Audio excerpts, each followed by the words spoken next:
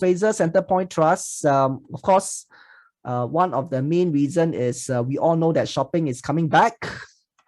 Now the malls are more crowded. Please go and book your restaurant if you want to have a good time. Okay, even lunch, even lunch also the book. Like for example, it's my wife's birthday. I have to celebrate a birthday on the coming Tuesday, next Tuesday, and I only can get a 5:30 slot for your information. Okay, and that restaurant is not even at some of the malls. So yes, malls business is definitely back. So Fraser Centrepoint, okay, I always like to joke on this. In the past, it had all the point. Causeway Point, Waterway Point, Changi City Point, North Point City, except for Centrepoint. Okay, the REIT is called Centrepoint, but the building itself, the Centrepoint Orchard, is not part of the REIT. I always like to joke about it, but the rest of the point are. Okay, but now today you can see that they have more malls. They own Tampines 1, Century Square, White Sands, Tiong Bahru Plaza, Hougang Mall, and Central Plaza. Okay, now if you go to the malls, okay, I agree with you, they are less crowded than some of the capital malls, to be very frank. Okay, they're less crowded. But then you can see that is actually, you seldom see empty shop lot. That's my point here. Okay, most of the is still rented out. Most of the space actually still rented out. So from that perspective, I'm actually quite okay. Okay, I know that, like for example, Century Square, you go to the fourth and fifth floor is actually not so crowded, but you realize it's a lot of service related, like the slimming center, the facial. So you still can get rented out. Okay. Personally, I'm quite confident with suburban malls. Okay. Oh yeah, Hai Di Lao is very crowded. You're correct. Okay, I'm actually quite okay with suburban malls. I think there's still a need there. So personally, I live in quite close to some of these malls. Quite okay. I do visit them quite a bit. Okay. Somehow, yeah, you don't go there and shop, but you still need to go there for certain services. Okay. Like the latest craze is I go and play the claw machine. So you still end up there. Okay. So I quite like the portfolio. Okay, this is just for information. They have also invest in this REIT called Hectare REIT. So this is a Malaysian REIT. This is listed in Malaysia. They are also focused on retail. Okay, but a very small component. Okay, relatively to their portfolio. So you can see that their property portfolio is about 55 million. Okay, 55 million. Sorry, what 55 million? 5 billion. 5 billion. Okay, but this investment is only 42 million. So it's actually quite insignificant. If you're worried that, oh, Malaysian malls are not doing well, okay, I'm sorry, don't know whether they do well or don't do well. But if you have this concern, okay, it's actually a very small component. Okay, again, occupancy, very good, 97.8. Okay, more than 90%, no complaints.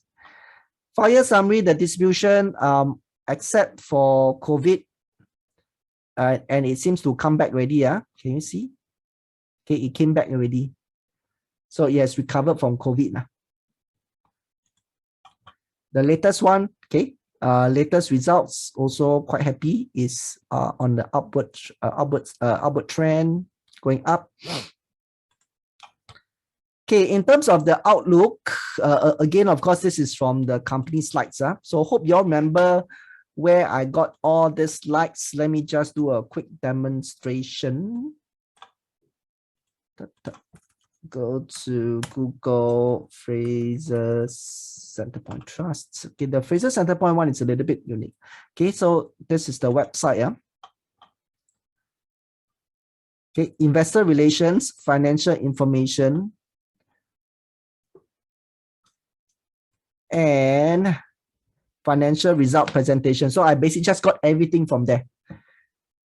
Okay, I just got everything from there. So y'all can do the same. Okay, so based on their research, they believe that the retail rent stabilize. Okay, so what they're trying to say here is this: the Singapore GDP is going to grow, okay, 3 to 5%. The suburban prime rents is increasing, even though at a very small rate. Okay, and looking at what is happening, I believe, yes, the rental have rooms to go up. Now people are coming out with a vengeance, really. Okay, like me personally also, I also don't know why I this period buy a lot of things. Okay, financial 33 pass, the interest cover 5.7, okay, pass also quite big. And they are 68% on fixed interest rate, so also quite close to 70. So I'm not so worried about the interest rate increase. Okay, so same thing. Is there any particular year with most of the debt maturing? No. Okay, the high is 28.2, 20.1. I think that's manageable. Okay, so I don't think you have worry that, oh, one particular year you have a very significant loan maturing. Pricing, okay, past 12 months is 12.13 cents. Current price 247. Okay, I just do a simple division, 4.91. Fair yield 4.89. So I would say it's about fair value. About fair value. So yes, if I have a budget for 2,000, I will buy 1,000 on Maple Tree Industrial, 1,000 on Fraser. Okay, questions? Any questions on Fraser? Okay, this is from the slide. Then I just added up these two, 5.996 plus 6.136. Okay, good question. Maybe I just show you where I get this. Financial result presentation. Yep. Okay. So 5.996 plus 6.136, these two add together, I would have 0.1213. So I divide by 2.47, I get 4.91. So this is the current dividend yield. And I compare my fair yield, it's higher. So I think it's okay.